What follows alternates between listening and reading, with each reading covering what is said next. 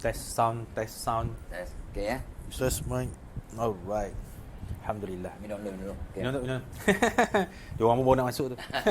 Masuk ya. Jom. Jom. Masuk kelas. Allahu Rabbi. Orang yang hebat awal dan mendahului. Baik, bismillahirrahmanirrahim. Assalamualaikum warahmatullahi wabarakatuh. Ya, Syukur, terima kasih pada anda yang singgah ke laman ilmu lah ya, sembang rezeki ya dengan Tok Abah ya. Syukur alhamdulillah dengan Tok Abah dan juga dengan Cikgu SBO Saiful bin Osman, Saiful Bahari bin Osman. SBO short form SBO semua. SBO ni macam nama berdu songkok tu. Allah. Dan malam ni kita punya isu yang kita nak bincangkan bagus juga ni. Cemburu dengan rezeki orang. Allah. Kalau cemburu dengan tunang orang, cemburu dengan isteri orang yang comel, tu pun biasa dengar juga. Ni cemburu dengan rezeki orang. Allah. Masya-Allah ya. Tapi sebelum tu like dan share ya. Tolong like dan share, beritahu kawan. Kita Tok Abah dengan Cikgu SBO on air ya. Malam-malam ni. Mari. Bagi tahu kawan ya, WhatsApp kawan ya, buat watch party silakan. Dan jangan lupa link tu dah ada tu. Link yang kat mana pin kat atas tu kat konten tu. Tolong press link tu untuk dapat bersama-sama dengan keluarga usahawan Tok Abah. Keluarga usahawan Tok Abah ya, dan kita punya program malam ni ditajuk oleh Excel by Tok Abah insya-Allah. Ya. So Tok Abah nak mulakan sikitlah cemburu dengan seorang ni. Sebenarnya cemburu tu satu cabang iman. Cemburu kalau isteri tak cemburu tak beriman. Ya, lemah iman. Suami tak cemburu takut dayus. Tetapi kalau cemburu yang tak bertempat, cemburu rezeki orang tu, takut-takut boleh membawa bencana. Sebab Tok Abah baca satu buku, dia kata apa? Oh, kita memang dilahirkan tidak sama, maka rezeki kita pun berbeza-beza. So janganlah cemburu. Kita memang tidak sama. Tok Abah tak apa setujulah. Sebab Allah itu Maha Adil, Allah Maha Pengasih, Allah Maha Penyayang. Justru kita ni pada sudut pandang Tok Abah, kita ni semua sama, tapi tak serupa.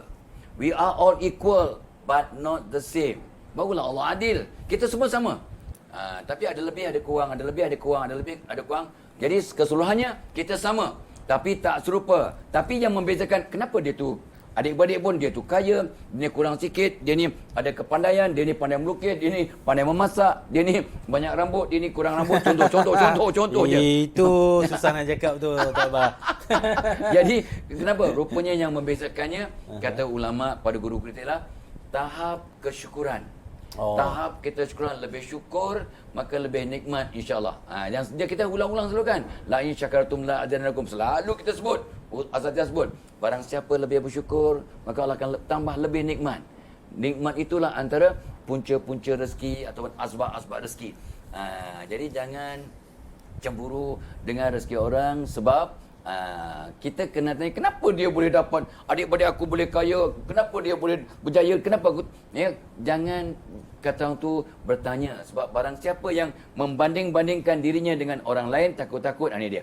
Kata seorang ulama pada Tok Abah, kalau kamu bandingkan diri kamu dengan adik-beradik, kalau bandingkan kamu dengan sepupu kamu bandingkan diri kamu dengan orang lain, seolah kamu mempersoalkan keputusan Allah. Wah, terpanjat Tok Abah. Kamu macam mempersoalkan Allah punya keputusan. Ya, kenapa aku tak macam dia? Kenapa dia dapat aku tak dapat? Kenapa adik-beradik aku dia tu handsome, aku kurang handsome? Kenapa? Wah, ini tak adil. Kamu mempersoalkan keputusan Allah.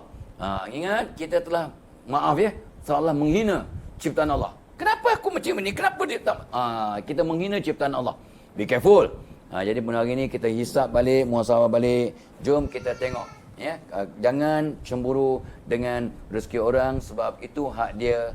Ya, kita tak tahu sengsara dia macam mana, usaha dia macam mana. Ya, dan Tok Abah nak minta Cikgu SBO pula sambung dan ulas daripada perspektif katakan tu pengalaman peribadi lah. Allahu Akbar kan. Bila Tok Abah sebut pengalaman peribadi ni, sahabat-sahabat semua, risau saya. Sebab saya ni bukanlah remaja purba sangat kan. Baik, terima kasih Tok Abah. Yalah, kita selalu dikaitkan ataupun perbincangan kita pada malam ini berkaitan dengan cemburu dengan rezeki orang. Tapi Tok Abah kan, kalau kita melihat fitrah kejadian manusia itu yang Allah ciptakan, memang memang orang kata hiasan kepada sifat-sifat cinta, sayang, cemburu, iri hati dan sebagainya. So itu sebagai manusia dia fitrah, dia akan lahir secara semula jadi. So psikologi pun ada mengatakan sedemikian.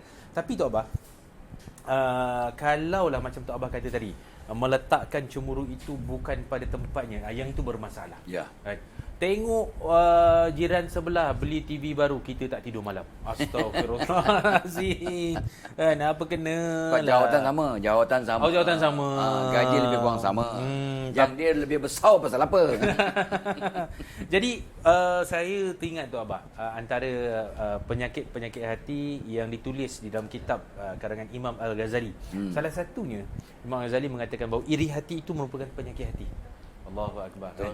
Iri hati maksudnya iri hati kepada perkara-perkara yang tidak sepatutnya dirasa iri hati. Kan? Ini yang menjadi masalah ini Tok Abah, bila come kepada masyarakat. Bila dia pergi kepada budaya masyarakat khususnya di negara ini, kan? Tengok kedai sebelah, maju. Kan Tok Abah kan? Kedai aku tak maju, ni mesti something wrong ni kan. So ataupun lihat kekayaan ataupun kesenangan orang dalam perniagaan, kita rasa tak senang, tak boleh tidur dan sebagainya. Yang ni dia akan pergi kepada penyakit hati yang tadi yang katakan Imam Ghazali tadi tu, iaitu iri hati.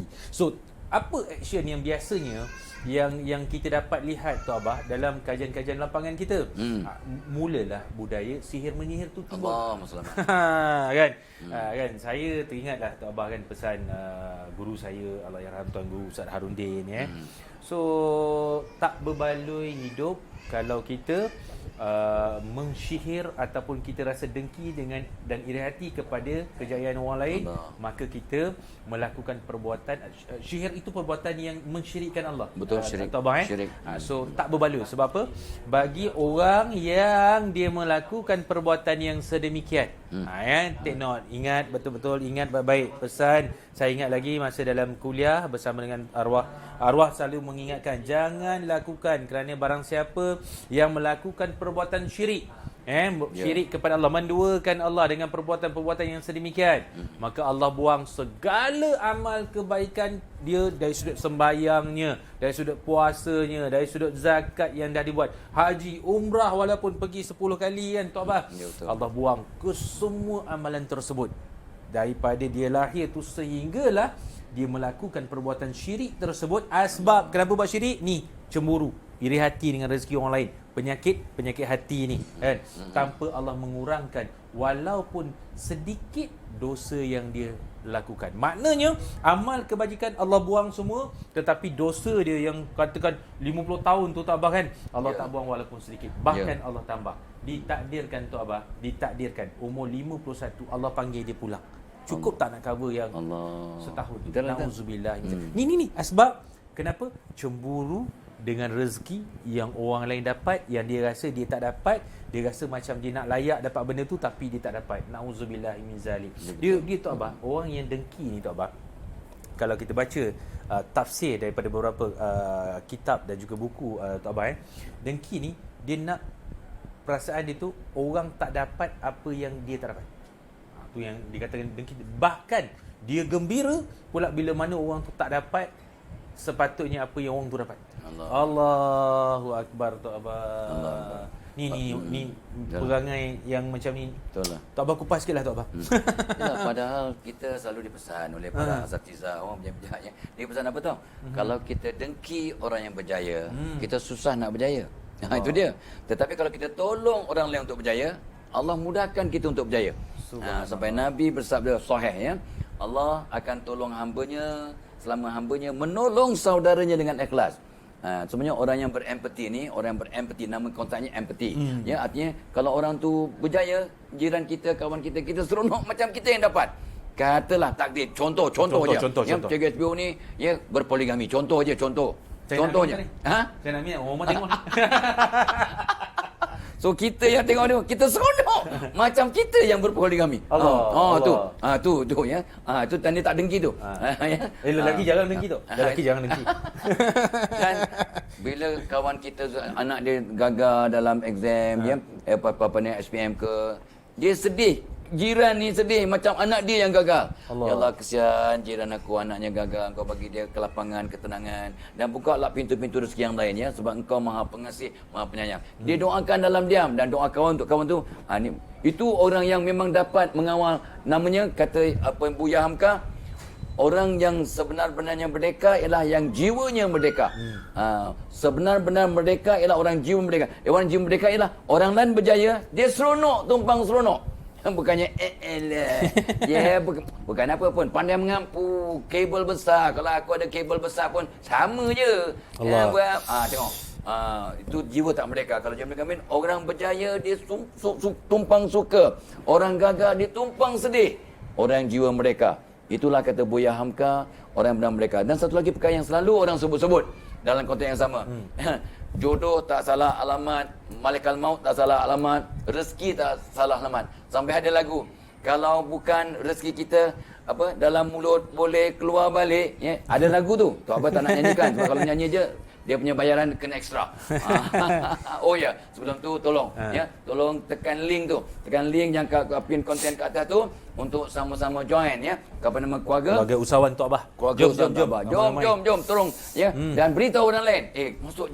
Kita join ya. Kita dapat ilmu, dapat geng, dapat community untuk dapat mudah-mudahan asbab untuk mudah-mudahan membuka pintu rezeki dan tak payah cemburu kat orang lain punya rezeki. Ya, kenapa? So jangan tanya kenapa dia boleh banyak rezeki, tanyalah apa yang patut aku buat untuk aku dapat rezeki melimpah ruah macam dia. Macam orang tu juga. Apakah yang patut aku buat? Apakah usaha aku? Kalau itu yang soalan yang kita tanya, Pak kata ulama, bila kita tanya soalan yang betul, maka kita akan dapat jawapan yang betul.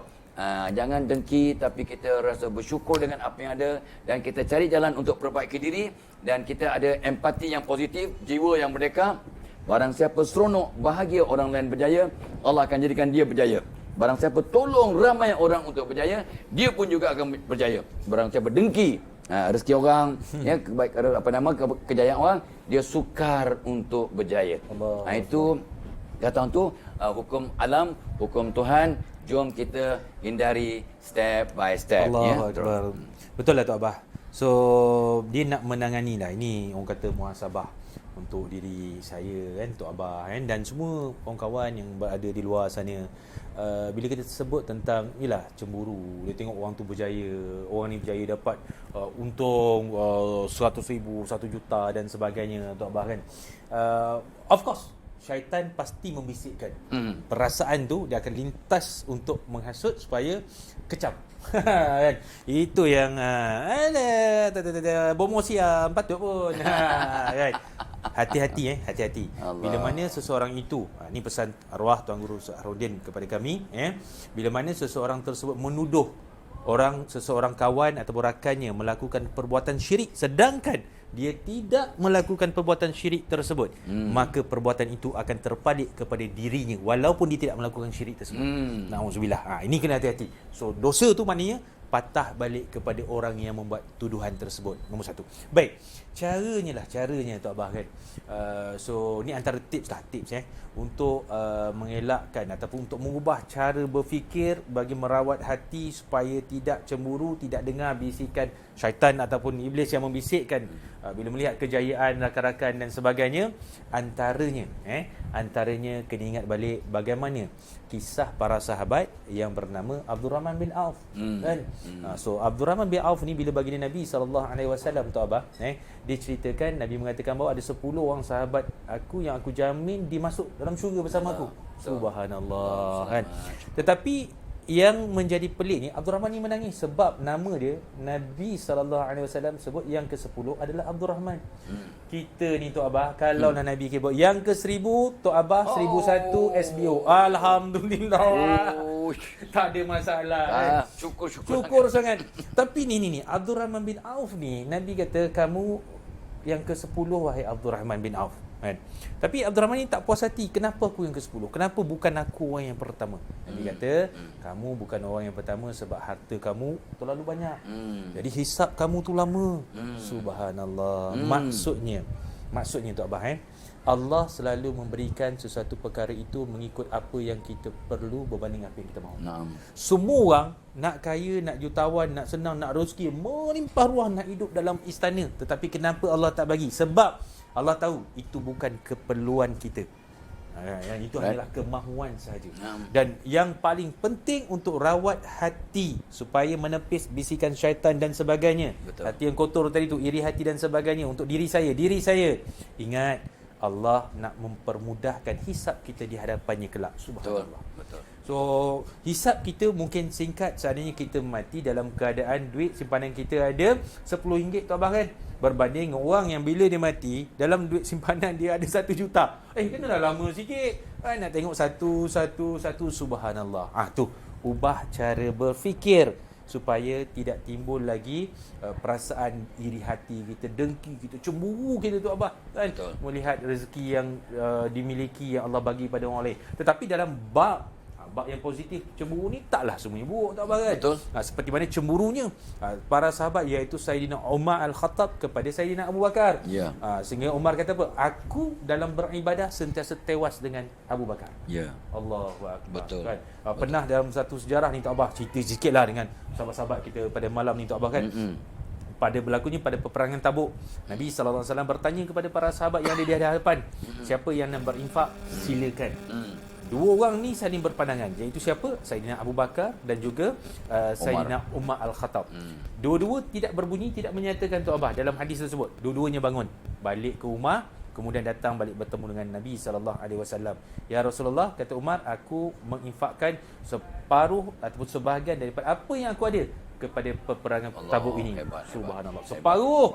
Kita ya Allah Oi. tabung masjid nak lalu pun. Waktu itulah pasal niat tidur. Dah lepas baru bangun.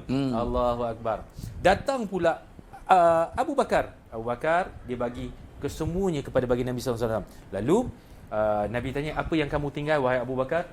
Aku hanya tinggal Allah dan Rasul. Subhanallah. Maknanya semua dia bagi. Itu yang Umar kata tu, aku sering tewas dan aku cemburu dengan keimanan Sayyidina Abu Bakar kepada Allah dan kepada Rasul. Subhanallah. Yang ini kalau ada perasaan cemburu ni jangan dihilangkan. Yang ini tak apa. Kan tak apa? So kita boleh positif. Kalau kawan kita boleh bagi sumbangan sebanyak itu, kita cemburu. Tak Jom apa. kita lawan. Jom kita lawan bagi sumbangan yang lebih. Itu tak ada masalah, tak ada masalah. Kan tak apa? Itulah masa tu abah jadi ketua jabatan tu, memang nak galakkan orang supaya cemburu ya, secara positif. So kalau ada orang kutip derma, tu abah sengaja bubuh 100. Bubuh nama tu, bubuh nama. Maaf Fadilah ya. Sebab kalau RM1 hamba Allah. Allah Rabbi. So ni ada trik.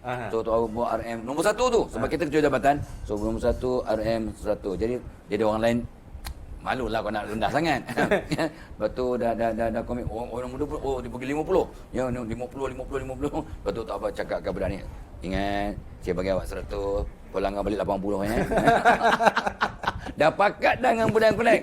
Tu abang sengaja bubuh 100 supaya orang berlumba-lumba. Melampau nak kamsah 100. Aku takkan nak bagi 10, malu aku 50.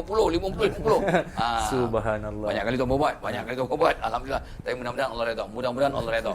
Supaya mereka cemburu ya. Tapi sebenarnya wa allaisa lil insani illa ma sa'a. Sesungguhnya kamu akan dapat apa yang kamu usahakan. Jadi sebenarnya kita jangan cemburu kat orang sebab apa yang dia dapat selaras dengan apa usaha dia. Derita dia, sengsara dia, ujian dia. Allah dia nak bagi kebaikan pada hamba-Nya, dia mulakan dengan musibah. Dia mulakan dengan ujian, dengan musibah, dengan mihnah. Jadi mungkin awak tak tahu musibahnya. Mungkin mungkin anaknya meninggal. Mungkin keluarganya sengsara. Mungkin dia sendiri sakit. Kita tak tahu. Tapi lepas tu Allah compensate, Allah gantikan dengan nikmat yang melimpah ruah. Allah, hadis riwayat Bukhari. Sebenarnya bila nak bagi kebaikan pada hamba-Nya, dia mulakan dengan musibah, dengan ujian. So kita tak tahu apa ujian dia. Satu. Yang keduanya kita kena ingat bahawa bab kata Tok Abah tadi lah, kita jangan tanya, ya kenapa dia je berjaya, kenapa? Tanya pada diri, apa yang patut aku buat? Apa pengorbanan, apa ilmu baru, apa strategi yang patut aku gunakan untuk dapat macam dia? Jadi kita bertanya soalan yang baik-baik ya. Sebab orang yang bijak dia banyak bertanya. Ya, as-su'al miftahul ilm. Bertanya itu kunci kepada ilmu. Jadi bertanya satu-satu yang paling penting ya. So kita kena ingat supaya yang kena kita ingat ialah untuk kita menerima kata tu pemberian dari Allah, rezeki Allah tu rupanya Allah kata SBO tadi, Cikgu SBO dah sebut ya. Kita banyak yang kita mahu. Banyak sangat yang kita mahu, kemahuan kita tak ada limit, tapi keperluan kita sikit. Jadi Allah berikan kita apa yang kita benar-benar perlu. Kata Salahuddin Ayyubi, aku minta berbagai-bagai untuk diriku. Ya, macam-macam aku minta. Tapi Allah tak beri apa yang aku mahu, tapi Allah berikan apa yang aku perlu. Maha suci Allah. Terima kasih, aku bersyukur pada Allah. Ya, aku minta kekuatan, tapi aku bukan dapat kekuatan, aku dapat masalah demi masalah untuk diatasi. Bila kita dapat atasi masalah, maka kita akan dapat kekuatan. Ya, aku minta kasih sayang daripada Allah, tapi Allah hantar padaku orang-orang yang bermasalah, orang-orang yang jangan banyak masalah ya. Satu masalah demi masalah ya. Ya, okey, masalah demi masalah yang disampaikan kepada aku, kata Salahuddin Ayyubi. Jadi bila kita dapat selesaikan masalah, kita tolong orang yang bermasalah, maka kita akan bentuk kasih sayang yang terbaik ya. Okey. So itu satu perkara yang kadang-kadang kita ingat, ya, kita kena betulkan balik ya kita punya package ni. Rupanya ini dia. Rupanya Allah masih tutup pintu rezeki kita tak macam orang lain sebab rupanya kita belum bersedia. Kenapa ada orang kahwin setahun ya macam buting pelamin terus dapat cahaya mata? Rupanya Allah tahu dia sudah bersedia. Ada orang, Tuan Abah sendiri, 5 tahun 10 bulan menunggu. Ya, padahal usaha pagi petang siang malam. Usaha pagi petang siang doa. Kau jangan fikir ini ramai yang menonton itu. So pagi petang siang malam tu doa. Kau jangan fikir bukan ya. Tapi 5 tahun 10 bulan baru dapat anak yang sulung. Umur Tuan Abah nikah umur 25, ikut sunnah Nabi. Ikut sunnah. Sebab Nabi berniaga, kita pun nak berniaga. Nabi nikah umur 25, Tobah pun nak nikah umur 25. 25 tahun, 6 bulan. Tapi Allah bagi cahaya mata umur 31. Tapi bersyukurlah sebab rupanya, bila fikir-fikir balik, rupanya dulu tak bersedia, terlampau sibuk, terlampau itu, terlampau ini, stres. Allah tahu apa yang terbaik untuk kita. Jadi ingat, kita punya kemahuan tak ada had. Tapi keperluan kita amat sedikit dan Allah tak beri apa yang kita mahu. Allah beri apa yang kita perlu, apa yang baik untuk kita, dan yang penting yang ketiganya, yang kita layak dan bersedia untuk menerima. Jadi hari ini Tok Abah nak seru semua sahabat, ya, adakah anda sudah bersedia untuk menerima nikmat dari Allah? Dan salah satu cara untuk dapat persediaan, Tok Abah selalu sebutkan, jom kita rawat katakan pribadi, ya, kita naikkan kita punya prestasi, ya, kata tu semangat kita, dan kita juga naikkan ekonomi kita. So itu sebabnya Tok Abah dan Cikgu SBO tadi kata press link yang ada tu, join kita punya keluarga usahawan Tok Abah. Apa nama? Keluarga usahawan Tok Abah. Keluarga usahawan Tok Abah. Sama-sama join. Ya, dah beratus join. Kita akan berikan bimbingan, tips. Kita akan betulkan diri dulu. Kita betulkan diri, naikkan kita punya motivasi, betulkan pribadi kita, ya, betulkan diri kita supaya diri kita bersedia untuk menerima imbuhan, nikmat, pemberian dari Allah. Ya, Allah berikan pada orang yang layak menerimanya. Sebab Allah tahu apa yang terbaik. Itu sebabnya dengan mulai komuniti kita ni, kita pesan-memesan, kongsi ilmu, kongsi kata untuk pengalaman, mudah-mudahan kita bangunkan diri kita, bersedia untuk menerima ilmu, bersedia untuk menerima rezeki, dan kita akan maju ke depan sama-sama. Tak payah nak dengki akan rezeki orang lain. Allahu Akbar, Allahu Akbar. Itu package yang lengkap yang Tok Abah kongsikan dengan kita pada malam ini. Cuma sikit-sikit je lah saya nak tambah Tok Abah kan. So nak rawat ataupun nak pulihkan, orang kata helah bela diri Tok Abah, dari psikologinya, supaya kita tak terlalu terikut dengan perasaan cemburu kita tu apabila melihat kejayaan, kesenangan yang dimiliki orang lain Tok Abah. Antaranya, tadi kita dah kongsi dah Tok Abah, antaranya yang terbaik kita kena patah balik lah Tok Abah. Patah balik kepada apa yang baginda Nabi SAW nyatakan, iaitu orang yang paling cerdik adalah orang yang banyak mengingati mati. Allahu Akbar. Baik, bila kita ingat mati ni, so secara tidak langsung, kalaulah contohlah Tok Abah, malam ni malam ni kita tahu ni, contoh je, yang kita akan mati pukul 12.30 malam. Agak-agak kita nak rasa cemburu, dengki dengan orang lagi tak? Dia Tok Abah. Kalau kita tahu yang kita ni dah hampir sangat nak mati, nak bertemu dengan Allah, akan dihitungkan segala amal perbuatan kita, agak-agak kita nak buat lagi tak keburukan kepada orang lain. Nauzubillah min zalik. So maksudnya kepada yang menonton pada malam ini, antara kaedah lagi untuk rawat hati kita. Kadang itulah ramai yang bertanya Tok Abah kan, tahu berdosa, tahu haram, tapi mana boleh saya tahan. Bila dia ambil kuih tu, saja dia selak lengan dia sampai ke siku, gelang dia tunjukkan. Geramlah kita kan. Kita tu je, dia halus tu je. Allahu akbar. Tak boleh, cemburu tu mesti ada. Lepas tu kan mulalah membawang kan. Allahu akbar. So agama setengah murah ni. Boleh pergi dah. So maksudnya rawatlah hati kalian, termasuk diri saya yang bercakap pada malam ini, dengan banyak mengingati hal ataupun ketika detiknya kita mati. Sebab apa? Bila kita ingat mati, na'udzubillah min zalik, kita tak akan nak rasa lagi cemburu dengan apa yang orang dapat. Bahkan kita akan mula wujudkan apa dia? Sifat qanaah, iaitu bercukup dan bersederhana dengan apa yang Allah anugerahkan kepada diri kita. Seperti yang Tok Abah katakan tadi kan, kita akan redha tu. Allah selalu beri apa yang kita perlu, sebab Allah tahu itulah yang terbaik untuk diri kita pada ketika ini. Subhanallah. Dan dengan adanya kita rawat hati kita, minta maaf, bangun tidur kita ingat mati, nak tidur kita ingat mati, bekerja ingat mati. Subhanallah. Hatta Tok Abah nak makan, nak minum ingat mati. Takut lebih kan tercekik semua mati. Dan sebab apa? Sebab bila mati je seseorang hamba itu, maka terputuslah segala amal dia. Subhanallah. Tetapi harus diingat, setiap perbuatan dia tersebut akan menjadi satu persoalan untuk dia jawab di akhirat kelak. Sikit je pesan saya kepada kalian semua, termasuk ingatan kepada diri saya ni, Tok Abah. So kalaulah kita dengki ataupun iri hati, cemburu dengan rezeki yang dimiliki oleh sahabat kita, lepas tu kita buat apa, Tok Abah? Kita pun up dekat status kita, alah dia tu okey, baik. Up tu pukul 11 malam. 11.10 malam kita mati. Allah. Dan yang kita tulis tersebut asbab kerana dengki, kerana cemburu, kerana iri hati dengan rezeki yang kawan tu dapat. Tapi yang kita up kat situ, dia pakai bomo siam, bolehlah. Itu unsur apa, tak apa? Fitnah. Maknanya kita telah menebarkan satu fitnah kepada dia pada ketika itu. Dan siapa yang nak padam fitnah tersebut? Sedangkan fitnah itu termasuk di dalam dosa-dosa yang besar. Allahu Akbar. Tu tak cerita lagi bagaimana rahmat Allah, rezeki Allah nak turun dekat kita, sedangkan kita melakukan fitnah dan kemungkaran pada ketika itu. Na'udzubillahi min zalik. Minta maaf ramai orang yang saya jumpa dia tak share dia punya username, password dia dengan pasangan dia kan?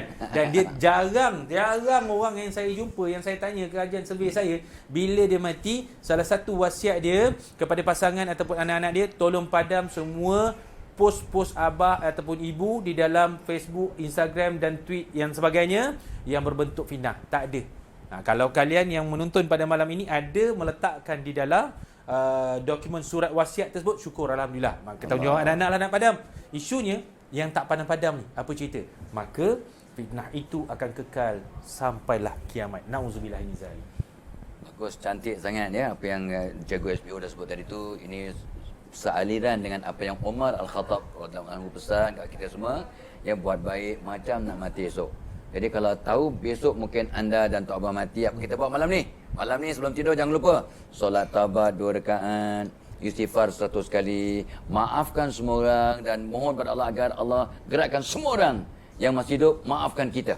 Sekeluarga. Ingat solat taubat, istighfar 100 kali, maafkan semua orang dan doa, ya Allah jadikan semua orang dalam dunia maafkan aku sekeluarga. Sebab mungkin kita mati. Sebab kata Umar esok Dan yang keduanya, sahabat nak pesan, jom kita kata tu baca doa untuk buang sifat-sifat negatif, termasuk cemburu dengan rezeki orang ni. Doa yang Nabi ajar, yang semua dah tahu dah. Allahumma inni a'udzubika minal hammi wal hazan wa a'udzubika minal ajzi wal kasal wa a'udzubika minal jubni wal bukh wa a'udzubika min ghalabati dani qahrijal. Ya Allah, hindarkan aku dari keluh kesah dan duka cita, daripada takut dan malas,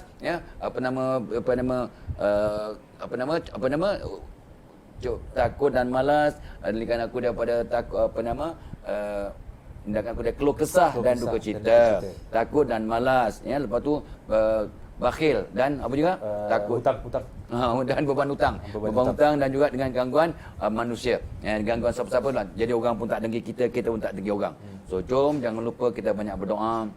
Betulkan diri kita, betul Bila kita ingat mati, kita terus cuci diri kita. Asbab kematian itu tanda orang yang sangat bijaksana. Jom anda dan Tok Abah dan Cikgu SBO jadi orang bijaksana. Amin, amin. Ingat mati, ya, hisap diri, betulkan baik, ya, perkasa peribadi, rawat rohani, pertingkatkan ekonomi. Jangan lupa ya, sebelum kita ucapkan selamat tinggal, selamat jalan, yang berpisah, tolong press link. Press link ke apa nama ke ruang pin komen konten tu. tu. Dan untuk join keluarga Usahawan Tok Abah, insya-Allah. Beritahu orang lain dan share.